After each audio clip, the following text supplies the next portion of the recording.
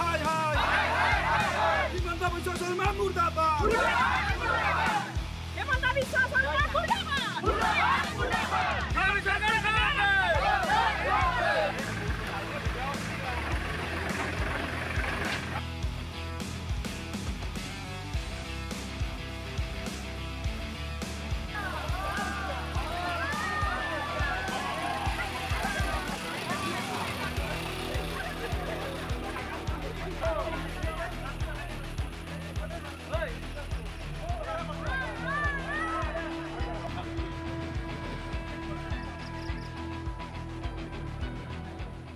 অৱস্থাত দেখিবলৈ আমি পাইছোঁ যে ৰাস্তাটো একদমেই বেয়া।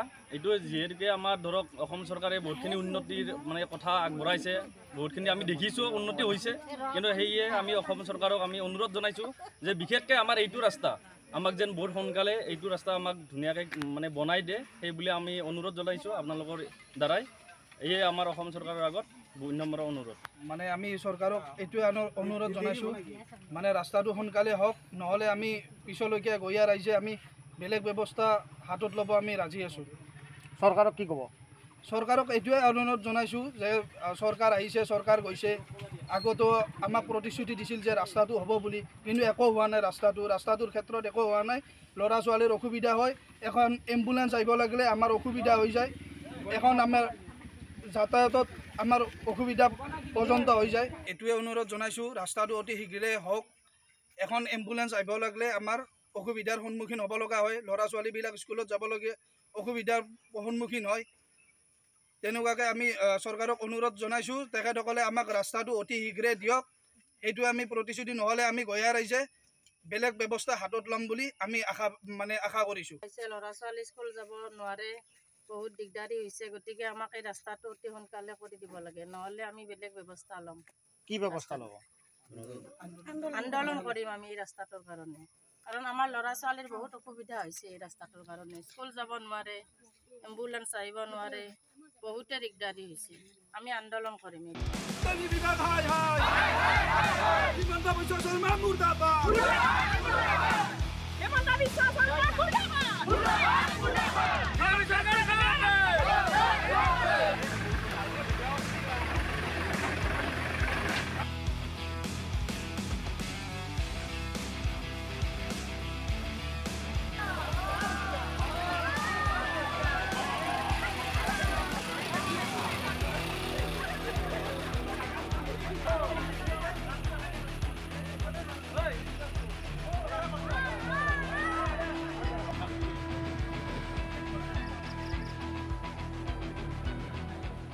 অৱস্থাত দেখিবলৈ আমি পাইছোঁ যে ৰাস্তাটো একদমেই বেয়া। এইটো যিহেতুকে আমাৰ ধৰক অসম চৰকাৰে বহুতখিনি উন্নতিৰ কথা আগবঢ়াইছে, বহুতখিনি আমি দেখিছোঁ উন্নতি হৈছে, কিন্তু সেয়ে আমি অসম চৰকাৰক আমি অনুৰোধ জনাইছোঁ যে বিশেষকৈ আমাৰ এইটো ৰাস্তা আমাক যেন বহুত সোনকালে এইটো ৰাস্তা আমাক ধুনীয়াকৈ বনাই দিয়ে, সেই বুলি আমি অনুৰোধ জনাইছোঁ আপোনালোকৰ দ্বাৰাই। এয়ে আমাৰ অসম চৰকাৰৰ আগত নম্ৰ অনুৰোধ। আমি চৰকাৰক এইটোৱে অনুৰোধ জনাইছোঁ, ৰাস্তাটো সোনকালে হওক, নহ'লে আমি পিছলৈকে গঞা ৰাইজে আমি বেলেগ ব্যৱস্থা হাতত ল'ব আমি ৰাজি আছোঁ। চৰকাৰক কি ক'ব?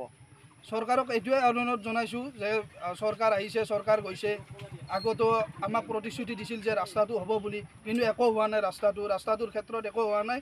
ল'ৰা ছোৱালীৰ অসুবিধা হয়, এখন এম্বুলেঞ্চ আহিব লাগিলে আমাৰ অসুবিধা হৈ যায়, এখন আমাৰ যাতায়াতত আমাৰ অসুবিধা পৰ্যন্ত হৈ যায়। এইটোৱে অনুৰোধ জনাইছোঁ ৰাস্তাটো অতি শীঘ্ৰে হওক।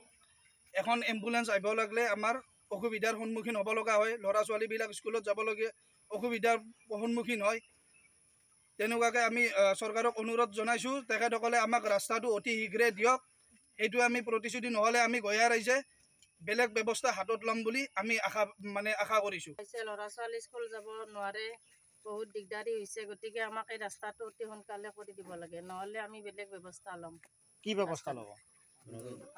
আন্দোলন কৰিম আমি এই ৰাস্তাটোৰ কাৰণে, কাৰণ আমাৰ ল'ৰা ছোৱালীৰ বহুত অসুবিধা হৈছে এই ৰাস্তাটোৰ কাৰণে। স্কুল যাব নোৱাৰে, এম্বুলেঞ্চ আহিব নোৱাৰে, বহুতে দিগদাৰী হৈছে। আমি আন্দোলন কৰিম।